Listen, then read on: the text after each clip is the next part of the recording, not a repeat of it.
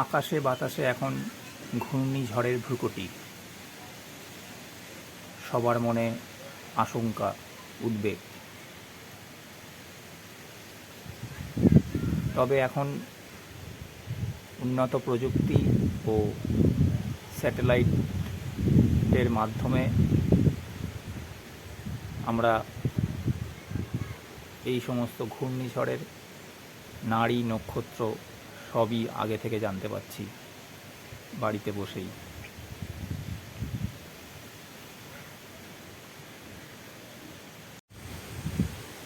এখন মানুষজন তাই ঝড়ের ক্ষয়ক্ষতি সম্পর্কে আগে থেকেই পূর্বাভাস পেয়ে তার জন্য একটা প্রস্তুতি নেওয়ার সময় পান। নদী উপকূলবর্তী মানুষজন তো বেশি করে সাবধানতা অবলম্বন করবেন। প্রশাসন থেকে তার জন্য বিশেষ ব্যবস্থাও নেওয়া হয়। চাষিরা তাদের ফসলকে যতটা সম্ভব ক্ষতির হাত থেকে বাঁচাতে পারেন সে চেষ্টা করবেন। মৎস্যজীবীরা যারা সমুদ্রে মাছ ধরতে যান তারাও বিভিন্ন সতর্কতা অবলম্বন করবেন। প্রশাসনের তরফ থেকে তো ব্যবস্থা করা হয় এখন। আর তাছাড়াও বিভিন্নভাবে যে সতর্কতাগুলো নেওয়া যায়, আমি এখানে ছাদ বাগানের কথা যদি আমি ধরি, বাগানে ছাদে যে সমস্ত গাছগুলো আছে সেগুলোর জন্যে কী সতর্কতা অবলম্বন করবেন সেটা একটু বলতে চাই। দেখুন, প্রথম আপনি যেটা লক্ষ্য করবেন যে বাতাসটা কোন দিক থেকে বইছে। তো আমার এখানে দেখুন, এটা হচ্ছে উত্তর দক্ষিণ দিক বরাবর, এটা হচ্ছে দক্ষিণ দিক, আর এই দিকটা হচ্ছে উত্তর দিক। তো বাতাসটা এখানে উত্তর দিক থেকে আসছে, উত্তর থেকে দক্ষিণ বরাবর। বাতাসগুলো লক্ষ্য করলে বুঝতে পারবেন। তো সেক্ষেত্রে আমরা কি করব, প্রথমত ছাদের রেলিংয়ে যদি কোনো বড় গাছ থাকে বা কোনো টব থাকে নামিয়ে ফেলব। যদি না কোনো কাপড় দেওয়ার ব্যবস্থা থাকে, এমনকি ছাদে নয়, আপনার বাড়ির পাঁচিলেও যদি কোনো টব থাকে, সেখানে যদি কোনো কাপড় দেওয়ার ব্যবস্থা না থাকে, তাহলে সেগুলো আমরা প্রথমেই নামিয়ে ফেলব। তারপরে যেটা করতে পারি, আমরা ছাদের গাছগুলোর জন্য উত্তর দক্ষিণে যদি আপনার কোনো ছাদে রেলিং থাকে, সেই বরাবর আপনি গাছগুলো রেলিংয়ের একদম কাছে সরিয়ে রাখতে পারেন। দেখুন, আমার গাছগুলো সব একদম রেলিংয়ের গায়ের কাছে দেওয়া আছে। ওদিক থেকে বাতাসটা আসছে, যাতে বাতাসটা বাঁধা পায় রেলিংয়ের, সেই জন্যে গাছগুলোকে একদম ধারে সরিয়ে ফেলেছি। যদি আপনার ছাদে শেড থাকে, পুরো যদি না থাকে, যদি খানিকটা পোষানো শেড থাকে, তাহলে শেডের তলায় গাছগুলোকে নিয়ে যেতে পারেন। কিছু গাছ আমি যেমন শেডের তলায় রেখেছি।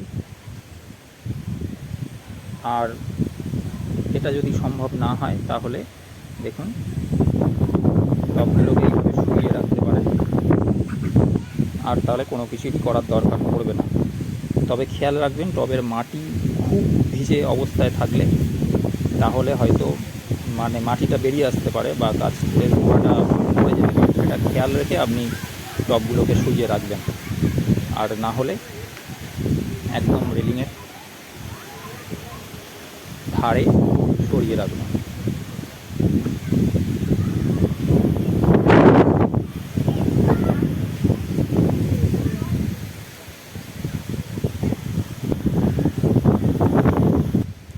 এছাড়া আপনার গাছগুলোকে সাপোর্ট দিতে পারেন। লম্বা গাছের ক্ষেত্রে বলবো, বিশেষ করে কোনো লম্বা সাপোর্টের সঙ্গে বেঁধে দিতে পারেন গাছগুলোকে। বিশেষ করে আপনার যদি কোনো নতুন গ্রাফটিং করা গাছ থাকে, বাগান বিলাস বা ক্ষেত্রে বিশেষ করে বলছি, অন্য গাছের ক্ষেত্রেও প্রযোজ্য খানিকটা। নতুন গ্রাফটিং করা যদি কিছু ডাল থাকে সেগুলোকে পারলে সাপোর্ট দিয়ে রাখুন, কারণ গ্রাফটিং থেকে অনেক সময় ঝড়ে ভেঙে যায়, কারণ ওই জায়গাটা দুর্বল থাকে। তো সেটাও একটু খেয়াল রাখবেন। গ্রাফটিং করা গাছগুলো এমনি দামি হয়, তো সেক্ষেত্রে গ্রাফটিংয়ের জায়গাতে সাপোর্ট দিয়ে রাখবেন। এমনকি গ্রাফটিং খোলা অবস্থায় থাকলেও সেখানে সাপোর্ট দিয়ে রাখবেন, কারণ সাধারণত ওই জায়গাটা একটু সরু মোটার ব্যাপার থাকে। যদি অনেক পুরনো হয়ে যায় গ্রাফটিং সেক্ষেত্রে সমস্যা নেই, কিন্তু নতুন গ্রাফটিংয়ের ক্ষেত্রে বলবো যে ওখানে একটু সাপোর্ট দেওয়ার ব্যবস্থা করুন। ড্রেনেজ সিস্টেমগুলো গাছের একবার চেক করে নিতে পারেন। যদিও আমি বলেছি গাছ যদি টপ শুইয়ে রাখেন তাহলে সেক্ষেত্রে খুব একটা প্রয়োজন পড়বে না, তবুও সামনেই বর্ষাও আছে, তো সেজন্যে ড্রেনেজ সিস্টেমগুলো বিশেষ করে টবের দেখে রাখবেন, এবং প্রত্যেক একদিন অন্তর ছাদে উঠে কোনো টবে জল জমেছে কি না সেটাও একটু খেয়াল করবেন, এবং যদি জল জমে থাকে সেটা ফেলে দেওয়ার ব্যবস্থা করবেন। তো বাতাসের অভিমুখটা লক্ষ্য রেখে আপনি সেইভাবে প্ল্যান করতে পারেন গাছগুলোকে কীভাবে রাখলে বাতাসটা বাঁধা গাছে এসে কম পাবে, সেটা মেনটেন করে গাছগুলোকে রাখলেই অনেকটা ক্ষয়ক্ষতির হাত থেকে বাঁচা।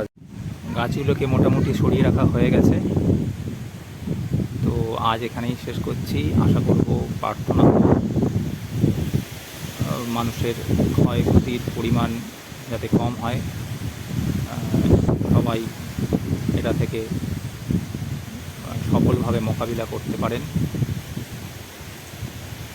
সবাই নিজের খেয়াল রাখবেন। ধন্যবাদ।